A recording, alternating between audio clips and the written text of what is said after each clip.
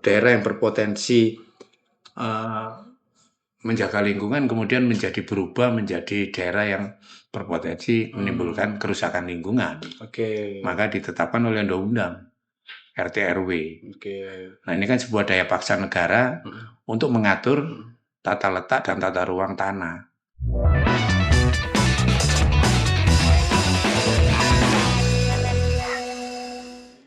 Halo, balik lagi dengan saya Agung Sedana dari Jawa Pos Radar Banyuwangi. Kode merah merona, merah lagi siapa dia? Selamat datang Bapak Martin. Bapak sehat Pak ya?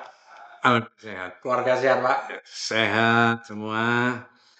Ya di tengah-tengah cuaca yang dingin dan hujan ini ya kan.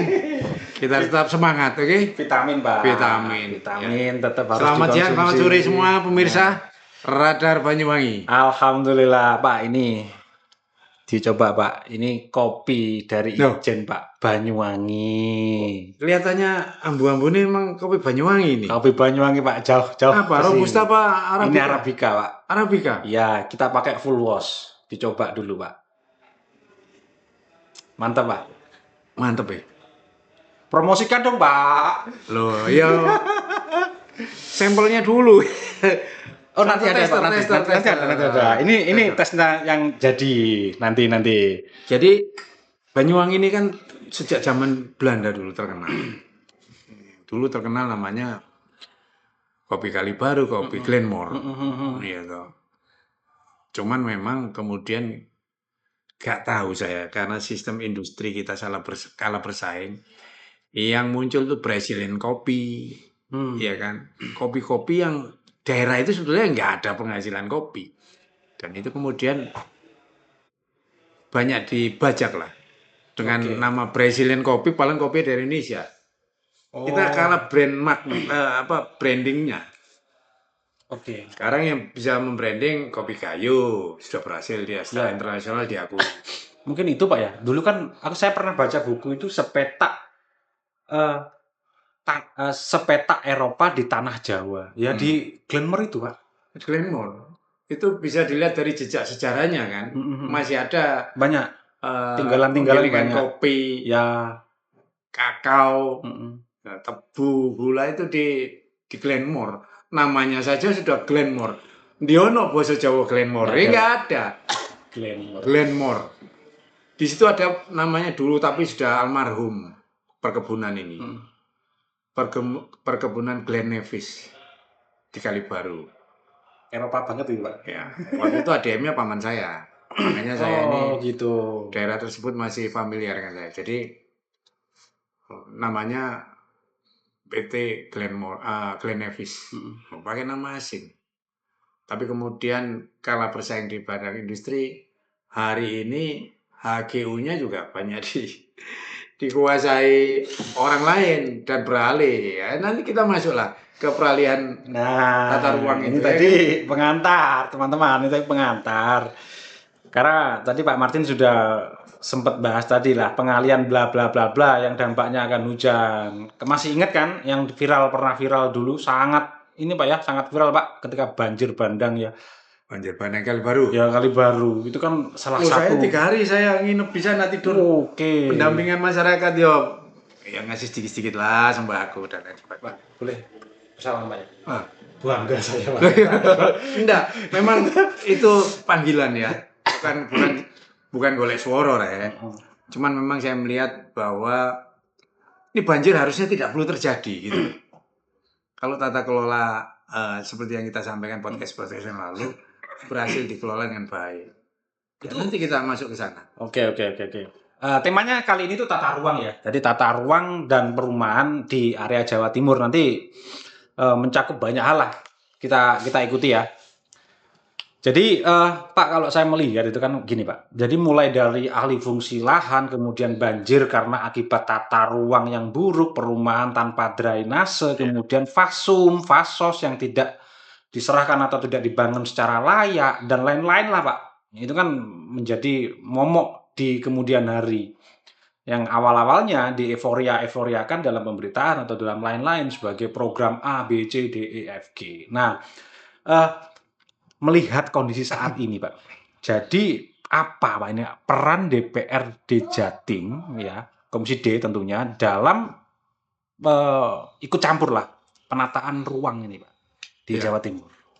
jadi secara struktur kewenangan memang ada peran-peran kita pemerintah Provinsi Jawa Timur dalam hal mengatur penggunaan ruang ini menggunakan tata ruang.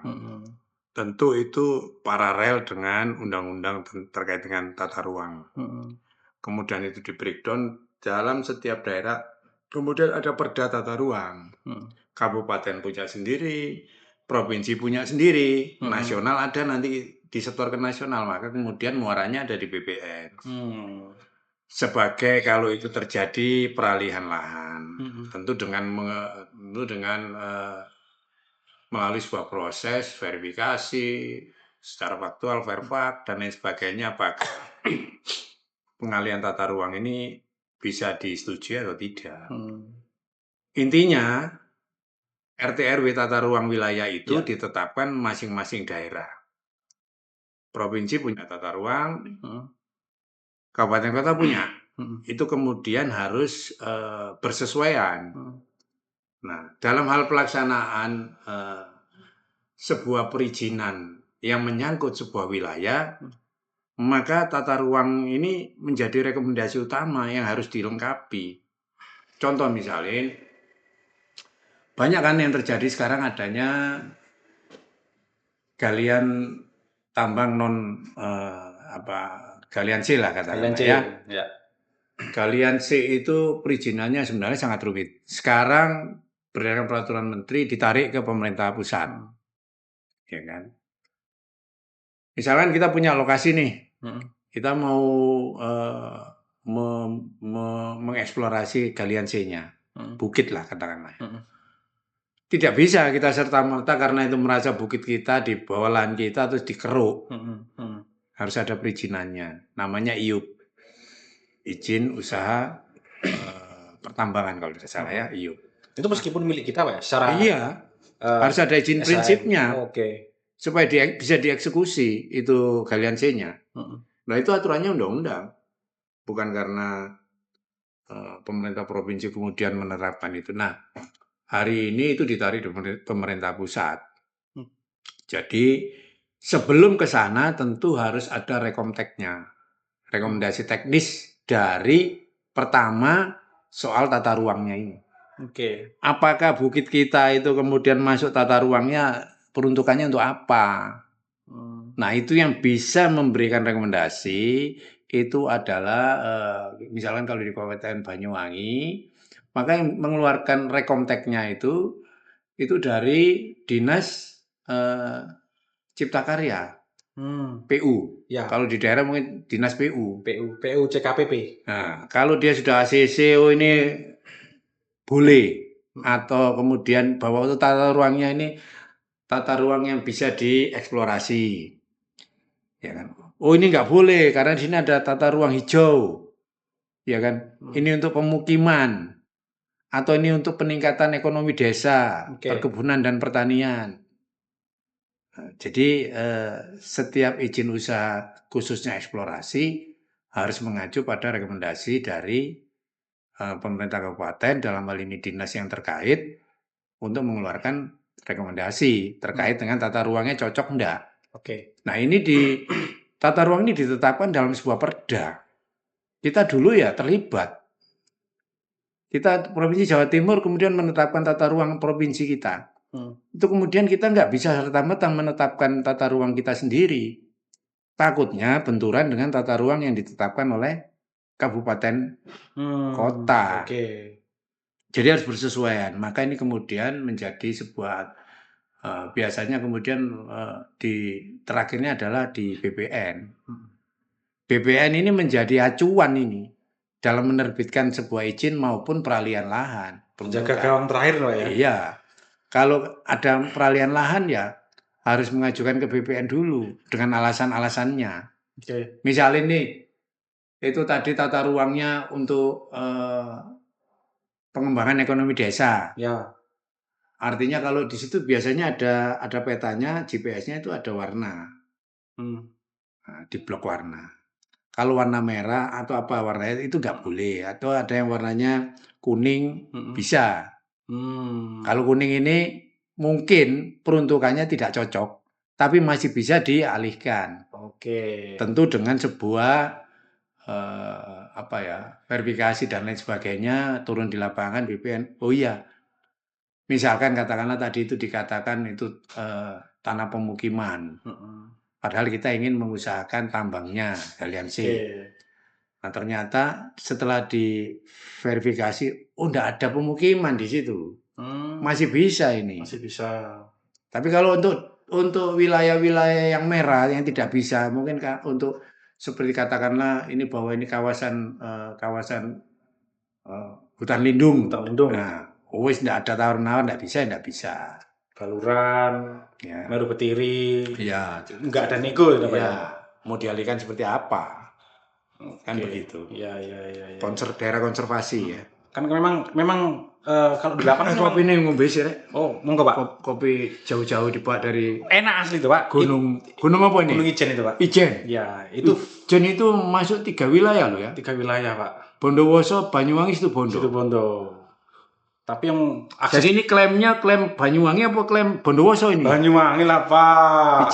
Ijen Banyuwangi. Ijen Banyuwangi. Soalnya masih di daerah ini, daerah licin itu. Satu sisi Ijen tuh menang, Banyuwangi oke lah, menang klaim terhadap geopark, ya kan? Iya.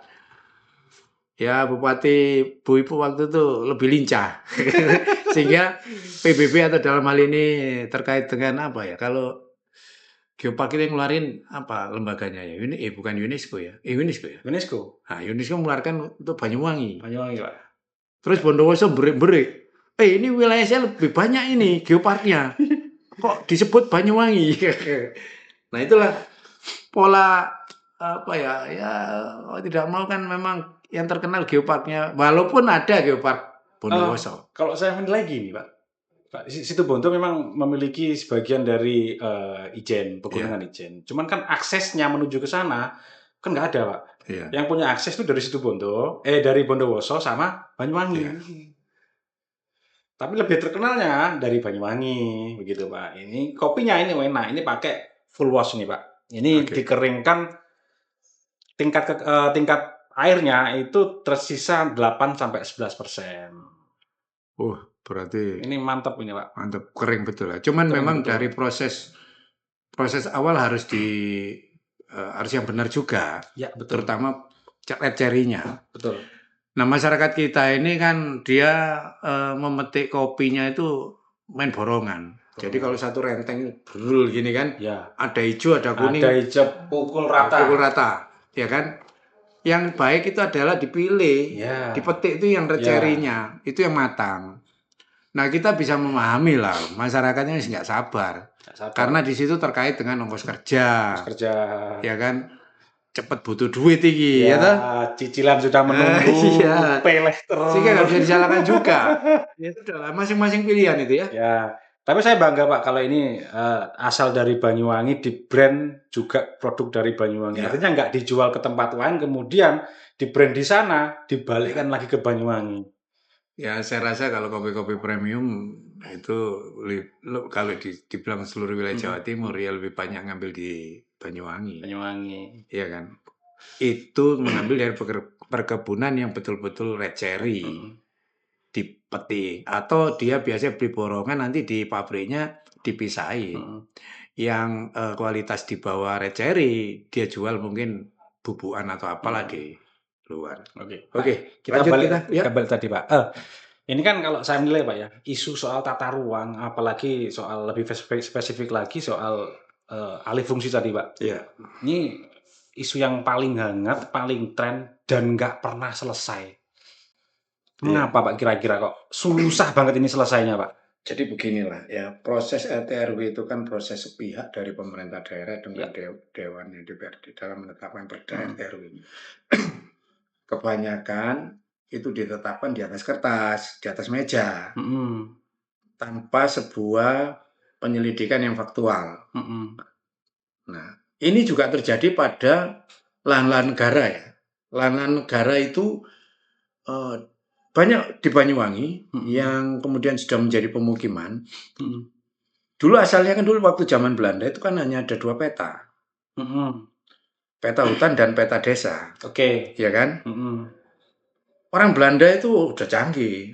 Setiap wilayah sudah ada nomor apa namanya itu ya, Eigendom itu. Ada nomornya sudah, blok-bloknya. Terbayang enggak kita kalau zaman itu dia sudah membagi wilayah itu dengan nomor apa namanya? Nomor artinya nomor petanya itu ada. Nah, karena dia lihat di situ enggak ada penghuni, ya kan? Maka ditetapkan menjadi peta hutan.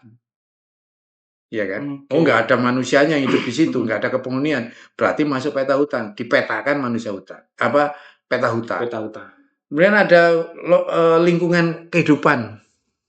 Oh, ini masuk peta desa ini. Nanti akan berkembang menjadi desa. Asal mulai seperti itu. Nah, kemudian terjadi nasionalisasi. Zaman merdeka, nah, ya hengkanglah Belanda penjajah. Itu kemudian diambil alih, pokoknya kalau tanah hutan ya punyanya perhutani, Bos. Ya kan? Kalau pemukiman ya punya pemerintah kabupaten kota atau punya negara. Semua memang punya negara. Dalam perkembangan kehidupan sekarang ini kita masih melihat perkembangan yang aktual di masyarakat yang di mana tanahnya sebenarnya itu kemudian yang tadinya namanya berpuluh-puluh tahun sudah ada kepenghunian, yang tadinya masuk peta hutan nih. Ya kan? Makanya itu ada politik redistribusi tanah, land reform. Nah, maka kemudian setelah ada kepenghunian, itu kemudian boleh dimohonkan dalam bentuk macam-macam program nih. Program TORA juga ada. Oh, TORA yang baru-baru ya, tanah objek reforma agraria atau program PS, perhutanan sosial yang 2 hektar bisa dapat. Ya kan? Kemudian untuk mempermudah itu pemerintah menggunakan kebijakan PTSL, permohonan tanah sistem lengkap, dan lain sebagainya. Nah, ini yang kemudian sebelum ada RT/RW, melihat perkembangan ini maka negara kemudian menetapkan RT/RW supaya orang itu enggak kemudian daerah yang berpotensi menjaga lingkungan kemudian berubah menjadi daerah yang berpotensi menimbulkan kerusakan lingkungan. Maka ditetapkan oleh undang-undang RT/RW. Nah, ini kan sebuah daya paksa negara untuk mengatur tata letak dan tata ruang tanah. Di mana ini ada pada BBN. Nah, dalam beberapa kasus itu kan di daerah sebenarnya kasusnya kemudian berkembang menjadi antara masyarakat pedesaan itu dengan perhutani. Karena dulu waktu nasionalisasi itu masuk perhutani. Karena masuk peta hutan. Tapi dalam perkembangan kehidupan, beranak cucu ada pemukiman. Sehingga mereka merasa memiliki, tapi sebenarnya alas dasarnya, alas hukumnya itu punya perhutani. Maka kemudian kebijakan pemerintah pusat boleh dimohonkan. Artinya nanti perhutani akan melepas. Dengan syarat ini. Iya, dengan syarat program tadi, TORA dan lain sebagainya. Nah, itu melalui sebuah tim. Di sana harus ada wilayah kita masuk peta indikatif dulu. Ini kita bicara soal land reform. Pak, kalau di lapangan, Pak, yang paling banyak sekarang itu apakah itu dari lahan hijau, misalkan dari sawah nih Pak ya, sawah yang produktif, kemudian jadi area perumahan, ataukah lahan yang dulunya itu pohon-pohon, hutan-hutan ya, kemudian dialih fungsi menjadi tanaman, contoh tebu misalkan, atau apa itu Pak. Itu kalau informasi yang Bapak terima, lebih banyak yang mana Pak? Jadi itu seperti yang saya sampaikan berkali-kali bahwa kehidupan manusia nggak bisa dihalangi. Termasuk kehidupan kita berkebun. Dalam rangka, kan itu dijamin oleh undang-undang. Dalam rangka memenuhi nafkah. Ya kan? Cuman persoalannya, kalau ini belum kita hubungkan ke RT/RW ya, tata ruangnya. Tata ruang itu ada hal yang, jadi begini, kalau itu kemudian masuk sebuah ranah yang masih bisa dirubah, akan dirubah. Ya kan, katakanlah tadi itu bahwa itu, kalau saya persisnya itu Saya pernah lihat tata ruang ini keterangannya itu sudah baku. Nah, kecuali nanti peruntukannya itu ada di BPN. Jadi tata ruang ini kan aturan pokoknya ini. Dan luas wilayahnya luas. Nah, nanti untuk peruntukannya ini izin lagi ke BPN. Kalau kita ngurus sebuah sertifikat atau katakanlah ya sertifikat biasanya itu ada lahan sawah, lahan dulunya apa gitu ya. Jadi kalau ada peralihan, saya rasa kalau sawah kepemilikan nggak ada masalah. Nggak ada masalah, Pak. Ya, cuman yang jadi masalah itu kalau ada lahan yang memang itu merah nggak bisa dirubah, maka harus ada kebijakan. Kayak hutan gitu, Pak. Fatak. Hutan itu kan sebenarnya di dalam RT RW nggak tahu itu masuk kategori lahan peruntukannya untuk apa. Tapi mungkin ya disebut hutan. Hutan nggak apa-apa berubah. Tapi kalau hutan lindung tidak boleh. Karena ada konservasi. Ya. Iya kan? Nah yang sekarang yang terjadi ini kan lahan persawahan. Terus pengusaha kaplingan ini, ya kan? Ingin mengkapling. Ya. Nah, itu harus ada izin lagi. Kaplingan itu harus ada izinnya loh. Izin prinsipnya harus ada. Ini susah, Pak ya? Ya, di Indonesia ini susah gampang ya kan. Kalau pengusaha itu yang susah itu makanya dikejar. Karena ini ada cuan di situ kan. Jujur gini loh pasti. Ya. Jadi gak enak. Nah, ya kita kan lebih faktual ya. Dan ini kan banyak nih di Banyuwangi pengusaha-pengusaha kaplingan itu. Tapi lebih krusial ini Pak ya, alih fungsi dari lahan hutan menjadi misalkan tanaman produksi yang musiman kayak tebu itu lebih resikonya lebih besar daripada yang sawah berubah jadi tumbuhan. Saya ngomong soal perhutanan sosial ya. Memang perhutanan sosial itu diberikan kepada masyarakat sebesar maksimal 2 hektar setiap orang. Itu tanah hutan. Satu orang? Ya, 2 hektar. Dengan proses perizinan dan lain sebagainya itu harus melalui sebuah tim. Dan ada NGO yang ditunjuk oleh negara. Itu gratis, Pak? Hah? Gratis tuh? Gratis. Gratis, cuman kadang NGO-nya ini ya memungut biaya misalkan pemetaan.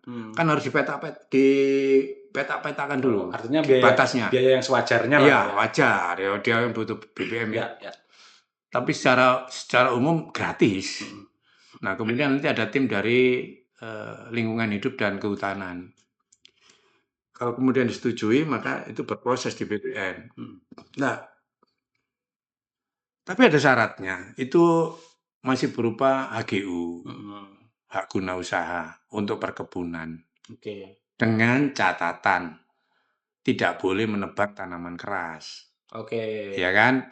Boleh you mau bikin kebun kopi, kebun, tapi tanaman keras yang ada di hutan itu walaupun secara penguasaan diberi 2 hektar tidak boleh ditebang. Tapi kita mendapatkan sertifikat HGU. Artinya dari sisi nilai ekonomis ada peningkatan. Boso gampang iso digadekno. Gitu? Oleh bank desa atau apa masih bisa mungkin. Nah, kalau mau jadi kebun monggo, tapi dengan syarat ya itu tadi. Bahkan dijadikan pemungkinkan boleh, tapi tidak boleh mengurangi tebangan terhadap tanaman kerasnya, karena itu merupakan tanah hutan tadinya. Tapi nggak menutup kemungkinan Pak, nanti di 2100 atau 2200 lah, itu akan hilang tuh Pak. Mungkin nggak Pak? Tanamannya? Iya, pohon-pohon itu Pak. Jangan sampai 2100. Ya banyak dalam praktek itu ya sering terjadi penebangan. Ya, kan? Alasannya law enforcement-nya yang sulit, penegakan hukumnya. Memang aturannya mensyaratkan seperti itu. Tapi ketika di lapangan ternyata ditebang, penegakan hukumnya itu hampir dikatakan lumpuh, tidak karena yang dihadapi masyarakat. Daerah Barurejo atau apa itu di daerah mana ini? Itu hampir 5.000 hektar dibebaskan. Jambiwangi tempatnya sampean itu ada berapa bidang itu? Ada 1000-an bidang. Ya, banyak. Untuk di daerah Pakal. Banyak tempat, ya maklum lah. Banyuwangi dulunya kan mayoritas hutan. Kemudian ada kepenghunian sekian tahun, sekian puluh tahun, kemudian diajukan permohonan melalui program redistribusi tanah tadi. Maka kemudian secara otomatis sudah terjadi peralihan. Iya, Pak. Nah, di situ terus kemudian sekali lagi kita ngomongin peran, Pak. Lah perannya DPR Jatim lah ini ya. Ya. Untuk mengawasi itu gimana, Pak? Meminimaliskan alih fungsi lahan yang tidak sesuai dengan fungsinya mungkin. Ya kalau alih fungsi lahan yang tidak sesuai itu bukan ranah kita memang. Kita ini kan hanya menyusun bersama gubernur, menyusun RT RW. Biasanya kami ada pansusnya, pansus RT RW. Nah, ya kadang-kadang dalam proses itu ya banyak orang yang menitipkan aspirasi, ya kan. Ini sudah tanah ini tolong jangan dibuat peruntukan lain. Ada yang RT RW ini harusnya peruntukan adalah katakanlah tidak boleh galian C, tapi pengusaha mendekati supaya dijadikan peruntukan yang bisa diusahakan eksplorasi galian C. Banyak kepentingan. Saya tahu, Ya Pak. kan? Maka di situ tugas kita mengawal, ya kan? Yang masuk dalam pansus. Kalau kita nggak masuk pansus ya nggak bisa ngawal juga. Untuk kemudian ditetapkan dalam perda RT RW. Oke. Jadi saya pernah gini, Pak. Cerita sedikit, Pak ya. Ya. Pernah suatu ketika itu, Pak, adalah pokoknya Pak di Banyuwangi itu, Pak. Itu dikeruk lahan, Pak. Wah, rame. Entah kenapa suatu ketika setelah selesai dikeruk, tempat ini kan sudah berlubang semua, Pak. Iya. Dalam, agak dalam. Disulap, Pak, jadi wisata pemandian akhirnya. Iya. Apa mungkin itu salah satu kamuflasenya, Pak ya? Jadi begini, ini memang sengkarut galian C ini di mana-mana ini. Jadi sebenarnya sulit loh untuk memperoleh izin galian C itu, karena di pemerintah pusat itu. Walaupun pemerintah provinsi Jawa Timur bisa mengeluarkan rekomendasi, yang tapi izinnya itu berasal dari pemerintah pusat. Tadinya ada di provinsi. Level sulitnya berarti lebih sulit daripada yang alih fungsi cuman untuk perumahan tadi, Pak ya? Loh, ada beberapa proses yang harus dilewati. Yang pertama, dia harus waktu mengajukan permohonan itu. Yang dulu waktu saya bercerita ini waktu masih ada di ranahnya provinsi ya. Ya. Dia mengajukan permohonan itu kemudian oleh Dinas ESDM. SDM apa lingkungan hidup? SDM. Ya. Oleh Dinas ESDM ini kemudian diteliti berkasnya soal kepemilikan dan lain sebagainya. Kemudian dihitung kalau itu memang masuk boleh untuk galian C, akan dihitung uang depositnya dia guna reboisasi atau rehabilitasi tempat yang sudah bolong itu. Oke. Jadi kalau misalnya luasnya 100 hektar ya, besar 100 hektar, kedoannya berapa meter, maka ini kalau direhabilitasi menjadi tempat yang rata, itu biayanya katakanlah 200 juta. Ini diputuskan dalam sebuah tim yang ada di provinsi SDM. Putuskan, kamu boleh tak keluarkan izin IUP-nya. Tapi kamu harus menyetor uang jaminan. Di mana kalau kamu meninggalkan tempat itu dengan keadaan bolong, duitmu jadi jaminan. Diambil. Nah, dalam pola pelaksanaannya kadang-kadang ya atau tidak tahu karena apa, menurut saya tidak memadai. Depositnya terlalu kecil. Jadi kadang-kadang pengusaha ini berpikir mending aku melarikan diri aja. Nuangku itu deposit itu. Karena kalau aku hitung, kalau aku yang ngeduk lagi sesuai dengan rata atau dibuat suatu wilayah yang kemudian tidak berlubang, ya kan? Ini kan kemudian menjadi biayanya lebih tinggi dari deposit saya. Nah, itu salah satu syaratnya.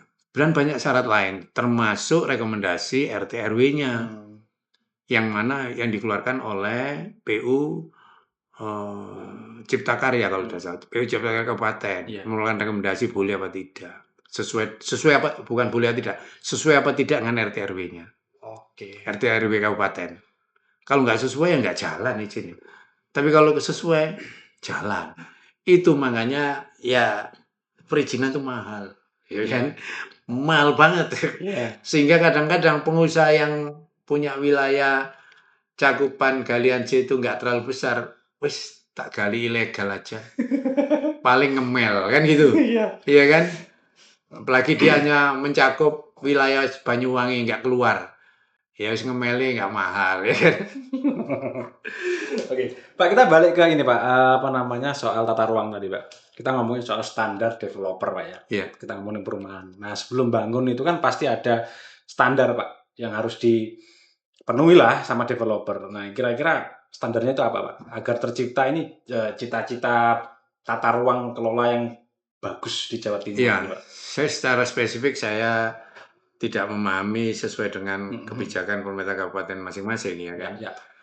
Tapi yang jelas secara prinsip kalau itu menjadi sebuah daerah pemukiman tentu harus ada izin prinsip dari pemerintah kabupaten. Dan yang paling utama tentu dilihat RT RW-nya. Balik lagi Pak Iya, ya. jadi ini nyowonya tanah itu. Oke. Jadi nggak bisa dong, karena RT RW ini kemudian dibuat berdasarkan master plan kebijakan pemerintah kabupaten. Mau diapakan wilayah ini master plan-nya? Supaya semua tertata dengan baik. Jangan kemudian RT RW ini membuat sebuah wilayah saling bertentangan. Katakanlah misalnya ini sudah wilayah kita ya. Ini kita sudah punya master plan di sini daerah pemukiman perindustrian, ini daerah persawahan dan lain sebagainya. Ya kan? Terus kalau ini tidak diatur, tidak dikunci dalam RT RW, orang kemudian bangun di sini perumahan, di sini jadi kemudian tata letak infrastrukturnya nanti kacau. Termasuk di situ nanti sudah direncanakan galian-galian terhadap utilitas, drainase, utilitas, pipa-pipa gas, pipa PDAM itu kan sudah master plan dia. Lah kalau kemudian ini master plan-nya misalkan katakanlah untuk drainase, terus ternyata dalam pelaksanaannya terjadi alih fungsi, dia membangun sebuah bangunan beton, nanti jadi masalah. Oleh sebab itu kemudian kalau terjadi peralihan peruntukan, tentu harus ada penyelidikan dan verifikasi faktual, dilihat. Oh ternyata masih bisa. Maka itu kemudian ranahnya BPN berubah peruntukan. Mbak, sepakat Mbak? Enggak Pak? Kalau banjir itu salah satunya diakibatkan karena rencana tata kelola yang buruk misalkan. Ya, kita bicara tata kelola tentu berbeda dengan tata ruang, ya kan? Atau tata ruang mungkin yang Ya, buruk.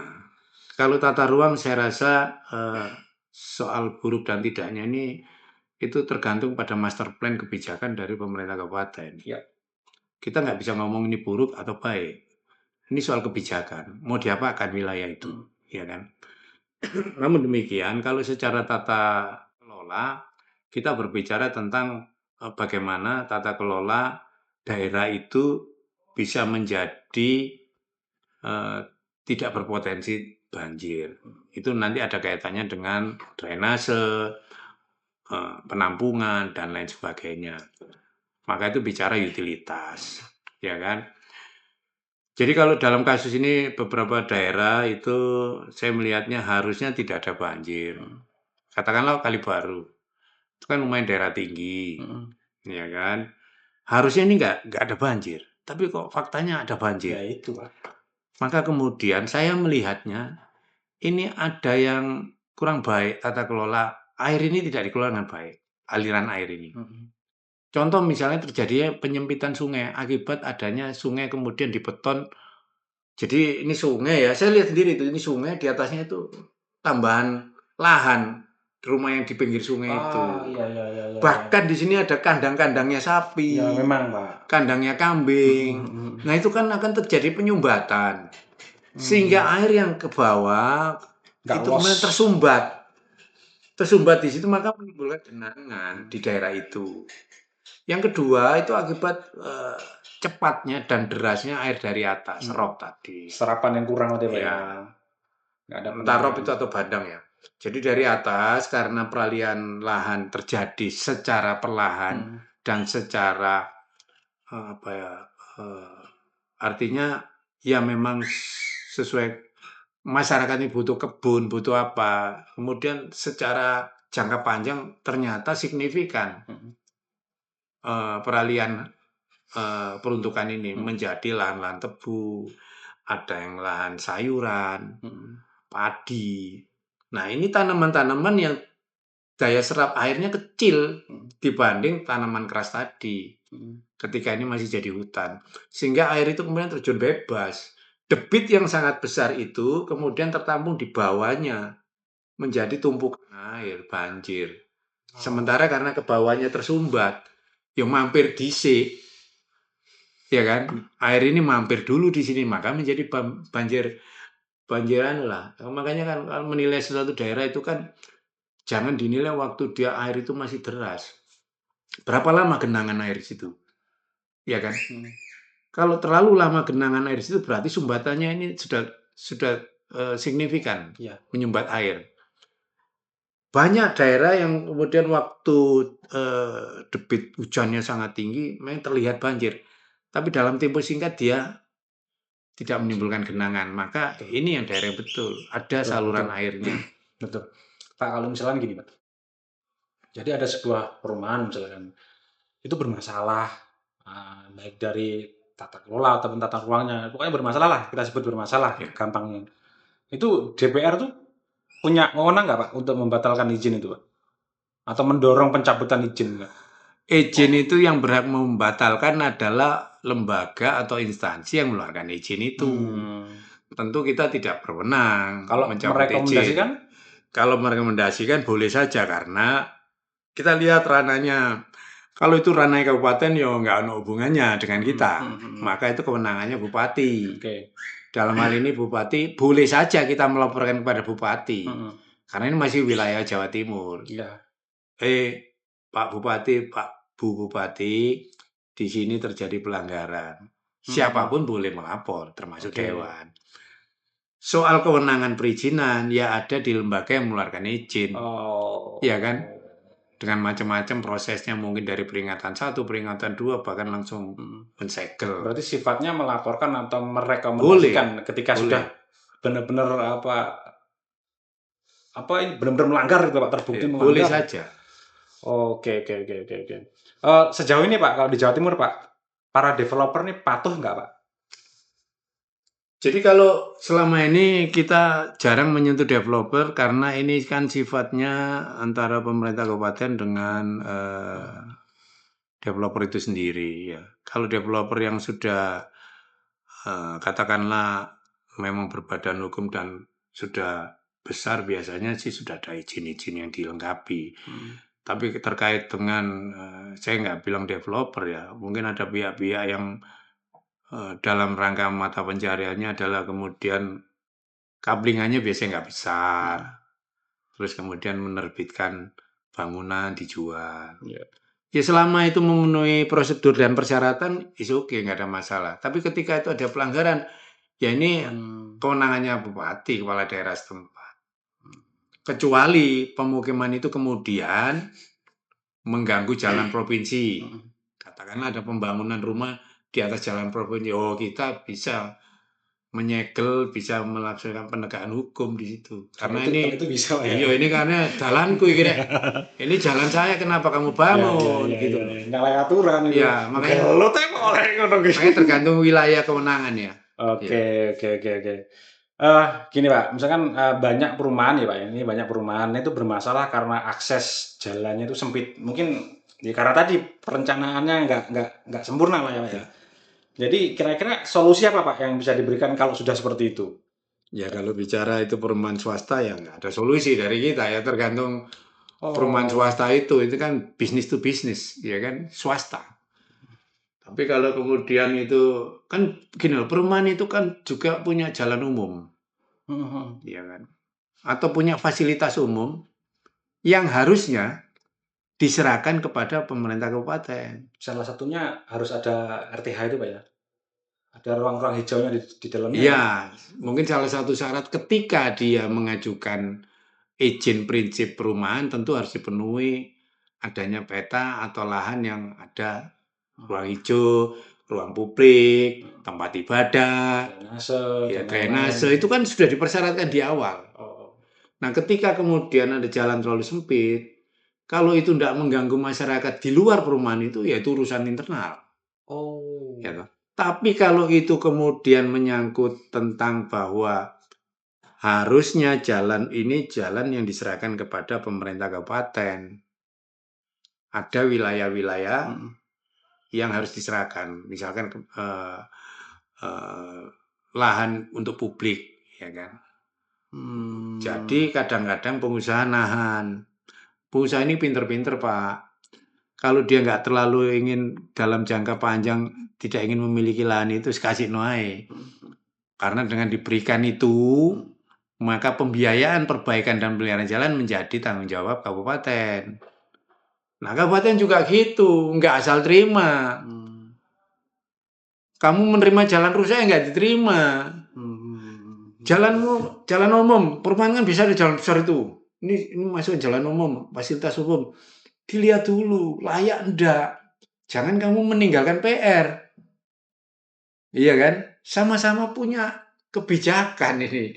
Yang pengusaha juga, kalau tanah ini nanti suatu saat bisa tak jual lagi, ya kan? Ojo diserahkan, jangan diserahkan. Biasanya kan begitu, ya kan? Dan itu banyak sengketa di perumahan-perumahan sini nih.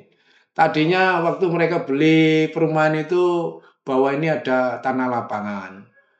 Dalam proses perkembangan kemudian tanah lapangan dikapling lagi dibuat rumah. Ternyata dicek belum diserahkan kepada sebagai lahan publik kepada pemerintah kota. Gegeran lah. Jadi itu. Pak, berkaca dari tadi Pak, kasusnya kali baru waktu itu Pak. Nah, itu kan banyak rumah-rumah dalam tanda kutip rumah liar Pak ya. Yeah. Rumah liar yang dibangun bukan di atas tanah miliknya. Yeah. Nah, itu untuk mengantisipasi pembangunan liar seperti itu Pak, yang mengganggu kawasan-kawasan di rawan-rawan bencana agar nanti pencegahan, mitigasi dan lain-lain itu apa sekiranya itu Pak yang bisa dilakukan teman-teman DPR ini Pak? Ya, kalau ini kan sebenarnya ranah masing-masing pemerintah kabupaten kota. Jadi secara prinsip kita hanya bisa bergerak pada wilayah-wilayah provinsi sesuai dengan tupoksi kita masing-masing. Nah, terkait dengan lahan-lahan yang dihuni di atas sungai, kita lihat dulu. Kalau itu di atas sungainya provinsi, ya kita berhak melakukan penegakan hukum. Dengan Satpol PP Tramtip bisa menertibkan. Tapi kalau itu wilayahnya desa atau kabupaten, ya kita nggak bisa berbuat apa-apa. Nah, dalam posisi di Banyuwangi itu kan wilayah kabupaten, sungai itu. Ya, kali apa sungai lah itu. Terus kemudian dalam proses kehidupan selanjutnya oleh masyarakat dimanfaatkan. Ya kan, dimanfaatkan sebenarnya kalau itu tanah yang tidak di atasnya sungai ya masih bisa dianut. Tapi itu kan saya lihat sudah betonnya perlu, bahkan mobil bisa masuk saya lihat kemarin tuh jatuh ke sungai itu karena ternyata dibuat parkir, ya kan? Nah, jadi kan ya namanya masyarakat kita bisa memaklumi lah.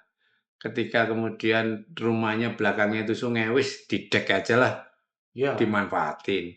Nah, tapi tanpa disadari bahwa itu melakukan penyempitan sungai dan hambatan air. Sehingga memang perlu ditertibkan. Nah, kemarin kan ditertibkan, maka kemudian diberikan lahan pengganti dengan rumahnya.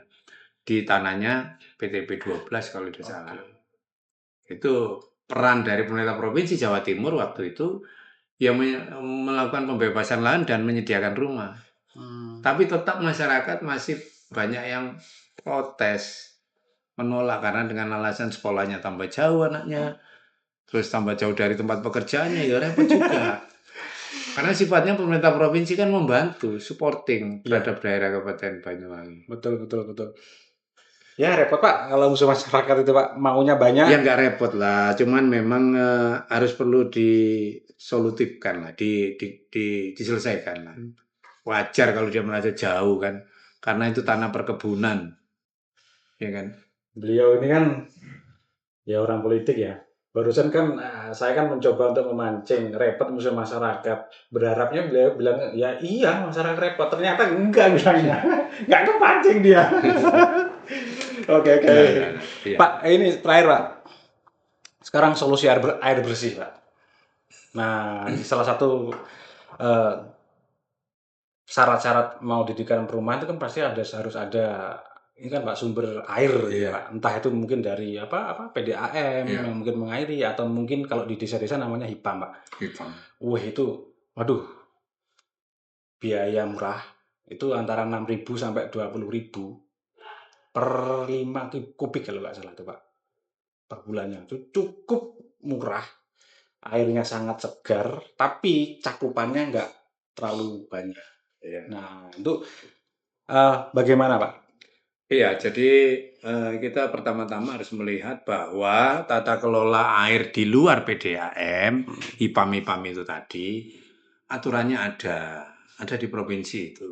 Oh, ada Pak ya. Ada, jadi untuk menghindari adanya eksplorasi dan eksploitasi air yang kemudian nanti berdampak pada habisnya sumber daya air dengan pemanfaatan yang eh, boros dan lain sebagainya. Ya kan ada juga lahan-lahan itu kadang-kadang memang HIPAM itu ada sumber, ya kan sumur bikin. Nah ini belajar dari daerah-daerah lain seperti di DKI Jakarta itu jangankan HIPAM, Anda bikin sumur bor sendiri harus izin. Ya. Sumur pribadi itu harus izin. Mm. Karena kalau tidak diatur, takutnya air tanah ini tereksplorasi berlebihan. Ya. Sehingga menjadi tanah kering. Untuk daerah-daerah yang dekat dengan perairan, ini potensi bahaya. Ketika air itu kemudian menjadi kering, ini takut terjadi erupsi atau tenggelamnya daratan. DKI itu setiap tahunnya dihitung itu sekian sentimeter tenggelam. Nah kita terbayang nggak bahwa tanah ini samalah dengan katakanlah kerupuk atau kue ya. Iya. Ketika air itu disedot, Iya. ini kan makin mengempis dia. Kempes ya Pak. Ya, maka itu kemudian ada pengaturan.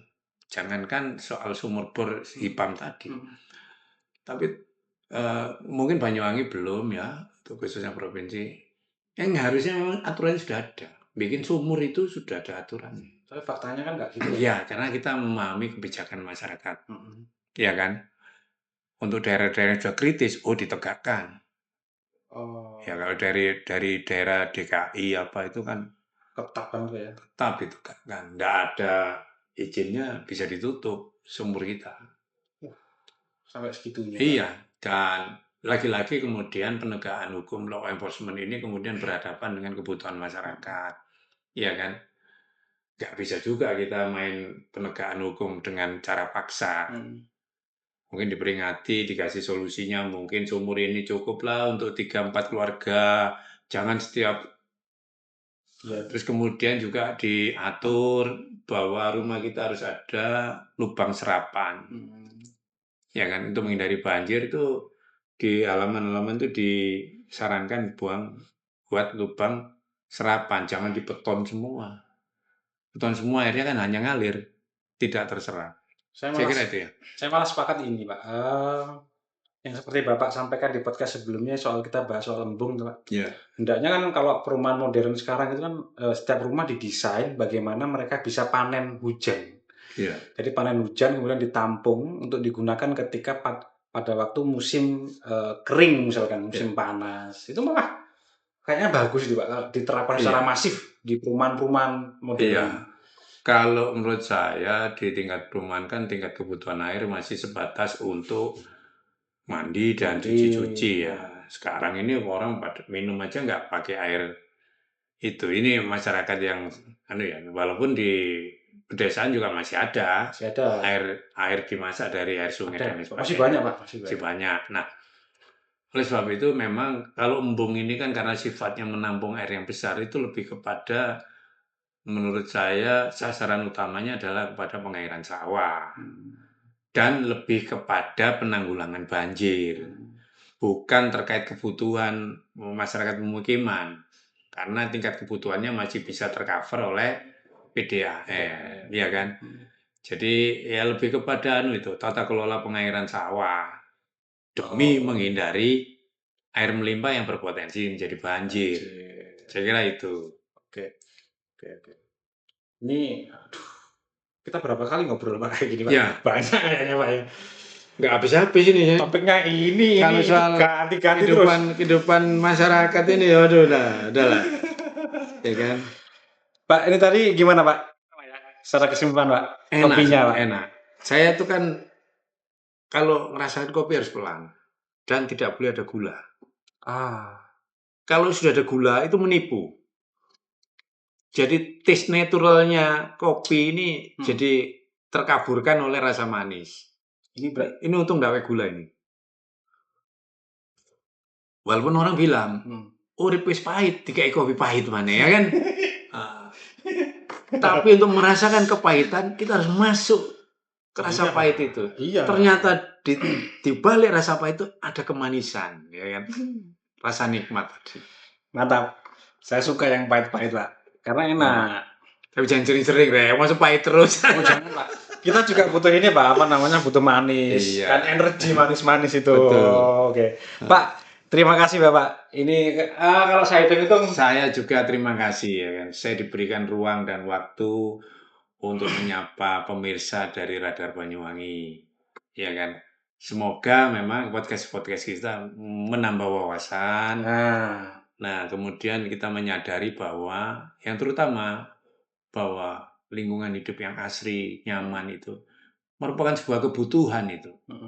Itu bukan jargon sekarang, kebutuhan. Artinya kalau kebutuhan sama dengan kalau kita nggak makan, kita bisa meninggoy, ya toh? Betul. Iya kan? Betul. Artinya itu kebutuhan sudah. Betul. Bukan gengsi. Betul. Bukan jargon. Memang lingkungan hidup yang sehat itu kebutuhan manusia. Oleh sebab itu siapa lagi yang menjaga lingkungan kalau nggak kita sendiri? Betul. Pemerintah hanya sebuah instrumen yang mendukung, mensupport bagaimana lingkungan itu melalui program-program pemerintah provinsi dapat bersama-sama masyarakat menjaga lingkungan hidup yang lebih baik. Saya rasa itu. Oke. Pak, terima kasih Pak. Besok kalau ada kesempatan mampir lagi boleh Pak ya? Oh boleh, anytime. Boleh. Itu terbuka Pak ya? Boleh. Pokoknya kalau kodenya ini naplak merah itu sudahlah. Pasti narasumbernya beliau lah. Baik teman-teman, semoga dari percakapan kita ya, kurang lebih 50 menit apa hampir 1 jam lah ya, ini bisa mencerdaskan. Sekali lagi, jika ada masukan atau mungkin sambatan, apapun itu ya, apapun itulah, entah nanti salah kamar atau enggak salah kamar, itu pastikan nggak apa-apa lah. Ini Pak Martin membuka pintunya lebar-lebar. Lewat medsos manapun boleh Pak? Boleh. Lewat tim ses juga boleh? Boleh. Lewat, kalau ada nomornya lewat nomor boleh Pak ya? Boleh. Karena memang ini fungsi dan tugas kita adalah menyerap aspirasi masyarakat. Oke, setelah diserap nanti yakinlah disampaikan. Oke. Terima kasih teman-teman. Sehat selalu. Dadah. Sampai jumpa kembali.